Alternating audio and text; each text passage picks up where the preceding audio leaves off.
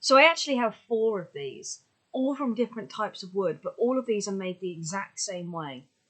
You see, before my gran passed away, we were going through some ancestral history. I was into the show Who Do You Think You Are? And I was quite interested in my own family history, so I started researching it. And during that research, my gran revealed to me that my ancestors, at least on her side, were part of a collection of people called Bodgers. So one of the ways that I investigated my ancestral history was my gran remembered that there was a chair museum, and it was based in High Wycombe. So I happened to have the day off, so I headed off to High Wycombe to go and investigate this chair museum. It wasn't easy to find, but when I eventually did find it, the information there was impeccable. It was wonderful. Now, among this, my gran has also explained that there is a video inflicting the bodgers and how they worked. I personally haven't found this video, but I need to keep an eye out. But it is said that one of the deans, I think Owen Dean, is in the video, and I need to find the video in order to do it. So that also, the apple also motivates me to keep looking for that as well as to keep investigating the ancestral history. I'm hoping to get enough to be able to build up enough courage to find out everything about this family. We don't know that much. Harry died when my grandma was 10.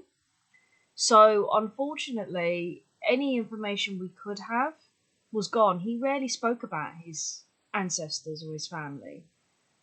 And because he died so young, we still don't know that much. All the stuff I've been able to find out is from my own history, but I can never get it confirmed, which has made it even more harder. So I hope to be able to get enough source of information to be able to do it. But this is why I keep looking at the apples. Now, you may have heard the term bodge job before, and this might be where it comes from.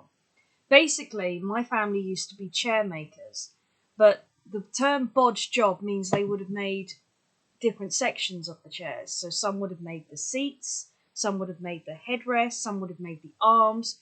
Well, my family made the legs, and they would have had to have made a huge amount just to make a profit, particularly when the factories started taking over.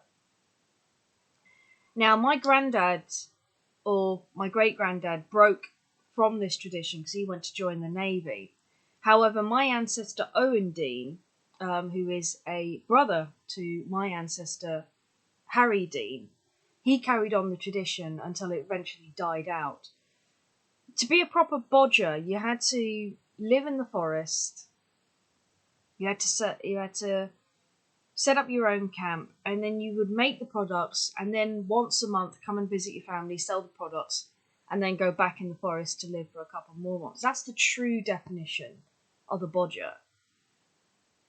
Nowadays, being a bodger means going to the forest, gathering the wood, then going home, and then building the stuff. They still use the same techniques. They use a turning rod, which you'll see with some woodwork. It's basically you're putting pressure on a press pad to turn the wood, and then you gently carve what you need out of that wood. In the old days, it used to be rubbing to a piece of string to make the carving. It was one of the most interesting things to learn, and this is how this apple is made. It's made from the same techniques that my ancestors would have used. They would have had a piece of wood strapped to a plank, and then using either string or now using carving materials, they would have carved the shape and then would have taken it out and finished it off with decorations. This is actually made out of spotted birch. Now, I've got a special one that's made out of a type of wood that I have to be 100% careful of. That's why it's separate from the others. Where's the other? So I've got this one here. This is made out of African blackwood. As you can see, it's pretty good, and if you look closely, you can see the grooves on the wood as well. One of my ambitions was to paint these, but I keep not wanting to because the actual definition of the ancestry is there in the woodwork itself. And it's just so cool to see how it was done. Every time I look at them, if I'm having a bad day, I look at the apples, there's 2 pears as well, and I just think they must have gone through so much, so I can go through so much as well. And it's part of the reason I wanted to do this series. It's just so wonderful to see what your ancestors could have done in those days and how I can do so well in mine. That's why it's so special. Anyway, before I become sentimental, I've got to head off and get some jobs done. But I hope you'll join me again soon. Stay safe, stay well, keep the magic in your fingertips. I'll see you again soon for the next item. Bye, guys.